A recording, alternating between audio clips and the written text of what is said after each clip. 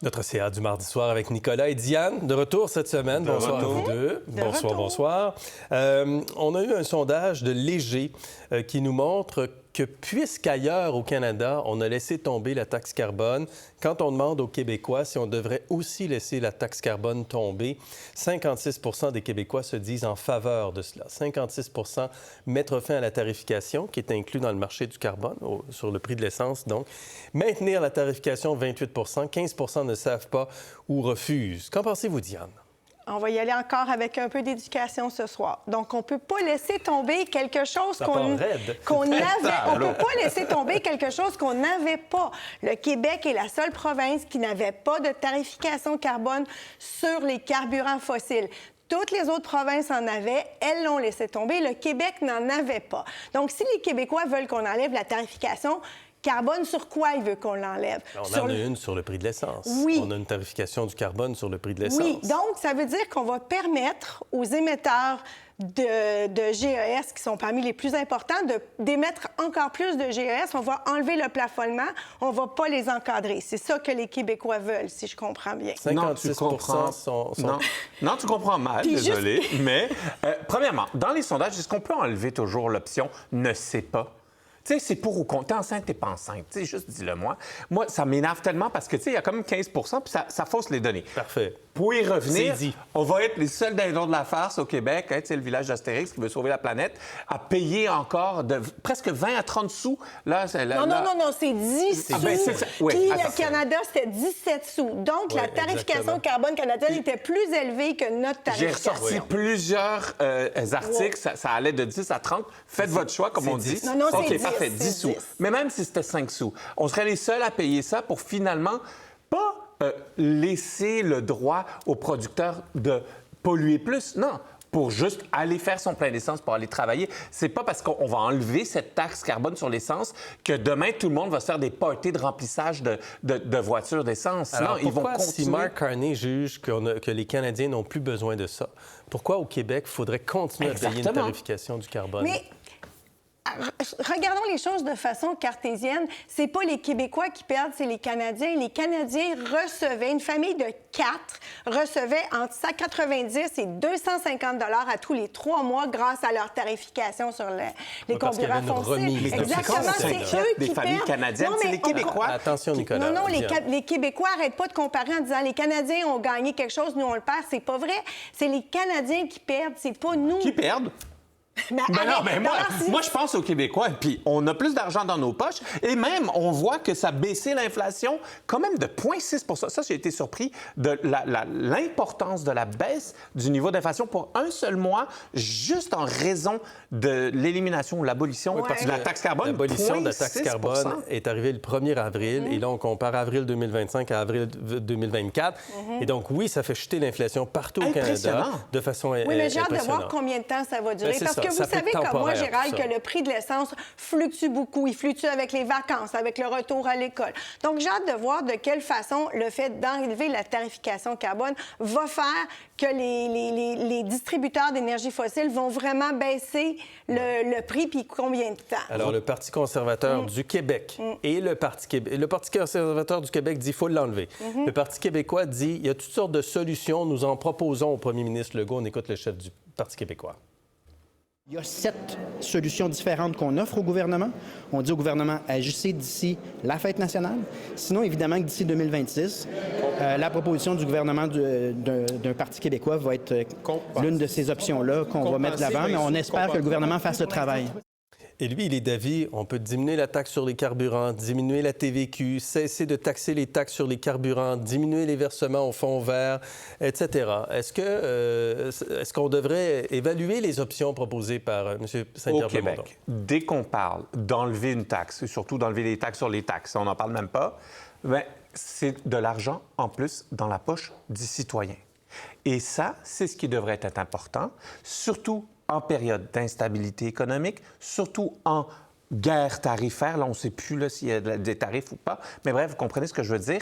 Ce qui est important pour moi, à mes yeux, c'est qu'en ce moment, de ne pas garder une taxe que les autres n'ont pas, parce que là, on a un avantage déconcurrentiel, en quelque sorte, et de laisser le plus de dollars, de sous, peu importe, dans la poche du contribuable québécois. Lui, et ce qu'il dit, Paul Saint-Pierre Plamondon, c'est qu'on garde notre tarification, notre marché du carbone. On garde notre marché du carbone, mais on agit sur d'autres taxes pour harmoniser avec les provinces frontalières. Moi, ce que j'entends, c'est beaucoup le mot inégalité. C'est inégal. Oui, ou injuste. Ou injuste. Mais quand on regarde les dernières données de la chaire de fiscalité de l'Université Sherbrooke, qu'on regarde les redistributions du gouvernement québécois versus les redistributions du gouvernement canadien, une fois qu'on a fini comme contribuable d'avoir les redistributions, on réduit les inégalités de 39 % alors qu'au Canada, on les réduit de 30 %. Donc déjà, il faut avoir un angle plus grand que juste le prix de l'essence. Il faut regarder c'est quoi la situation des Québécois, la façon dont le régime fiscal est fait, dont la redistribution est faite. On est déjà beaucoup moins inégalitaire que tout le reste du Canada, puis on arrive 7e dans les pays de l'OCDE. Donc, à quelque part, pourquoi est-ce qu'on veut tout à coup réduire le fardeau sur les producteurs d'énergie fossile dont on veut qu'ils diminuent leur production de toute façon? Moi, je comprends pas. Oh, mais on reste avec des voitures. On doit aller travailler de toute manière. À un moment donné, moi aussi, je suis contre les nuages quand je suis à Cancun. Mais à un moment donné, maintenant, mais vous comprenez ce que je veux dire? Oui, mais il y a un système de redistribution pour s'assurer déjà qu'on est moins inégalitaire. Donc, pourquoi est-ce qu'on veut Moi, je comprends pas que tu ne veuilles pas que chaque dollar qui nous reste reste dans notre poche plutôt qu'on le mette dans la borne à qu'on recule de 10 pas essence. quand on a avancé de 2 pas, puis il nous en reste 8 à faire d'ici 2030. C'est ça que je veux pas. Poste Canada, est-ce qu'il vous apparaît clair qu'on se dirige vers un nouvel épisode de grève vendredi? On est d'accord, on s'en est parlé, on s'est dit que c'est la première fois. Ouais, on va... Une journée historique. Résumez ça, là. Allez-y. C'est parce que c'est la démonstration, la plus belle démonstration d'un syndicat qui ne veut pas voir la réalité. Post Canada, c'est 70 000 employés, c'est 15 000 véhicules, c'est 22 centres de traitement. Et à l'âge d'or de la livraison à domicile, n'ont toujours pas trouvé une manière de ne pas faire 1 milliard de déficit par année, plus les prêts que le gouvernement fait. Sincèrement, wake up, people. Il va falloir qu'il se passe quelque chose parce que sinon, ils vont juste perdre leur job. Point final. Là. Moi, je pense que c'est dans le grand tout de la crise des services publics. Avant, on ramassait les ordures 2 fois par semaine. Maintenant, dans certaines municipalités, on les ramasse 1 fois par mois. Donc là, du courrier, on n'en a plus, c'est des colis. L'enjeu, c'est que les compagnies privées nous ont habitués à avoir des livraisons 24 heures par jour, 7 jours par semaine. Donc là, qu'est-ce que Post Canada va faire? Alors, ça veut dire qu'il va falloir que les employés travaillent le soir, les fins de semaine.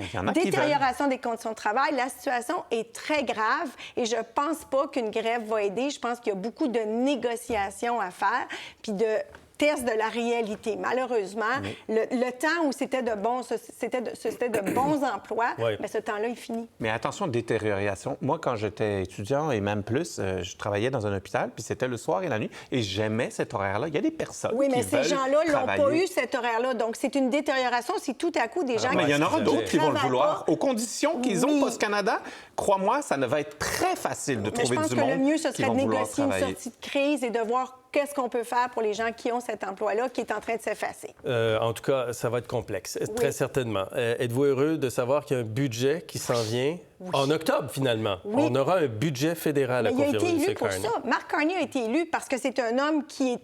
Les gens l'ont vu comme un homme organisé, un financier, quelqu'un qui connaît l'économie. C'est la moindre des choses qui fasse un budget rapidement. M. Champagne, qui était en point de presse il y a quelques instants, en marge du G7 des ministres des Finances, vient de réagir justement sur la question budgétaire.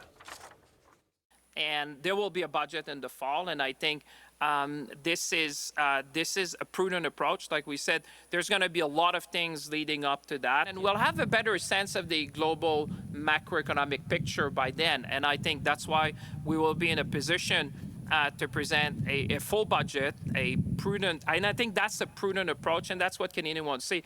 They want us to be transparent, they want us to be prudent, they want us to be ambitious. Alors, essentiellement, M. Champagne qui dit les Canadiens veulent qu'on soit prudent, c'est une approche prudente, c'est une approche responsable. On aura davantage d'informations sur les enjeux macroéconomiques rendus là. Il refusait de dire qu'il y aurait un budget. La semaine passée, il parlait d'énoncés économiques dans notre entrevue notamment. Et M. Carney, finalement, il a dit non, on va faire un budget. Les Canadiens veulent surtout, avant la prudence, la transparence. On veut savoir qu'est-ce qu'ils vont faire avec les milliards qu'ils veulent dépenser. On veut que ça soit écrit sur papier. même si après, on le sait qu'ils respectent ou ils ne respectent il y a une pas. question Mais d'imputabilité. au moins, il y a une question d'imputabilité. Et puis, en même temps, on ne pouvait pas attendre presque un an Ben pour avoir un autre budget. Écoute, tu es quand même un pays du G7. Tu es un pays qui est en guerre tarifaire, encore une fois, avec les États-Unis. Tu es un pays qui n'est pas nécessairement dans la meilleure position financière. Bien entendu qu'on a besoin de cet outil-là pour savoir où on va. Là. Oui, une mise à jour économique, c'était pas sérieux. Ben non. Bon, ben ils ont réglé, ils ont rétro-pédalé assez rapidement. Exact. Merci Diane, merci Nicolas, merci Ça nous beaucoup. fait plaisir.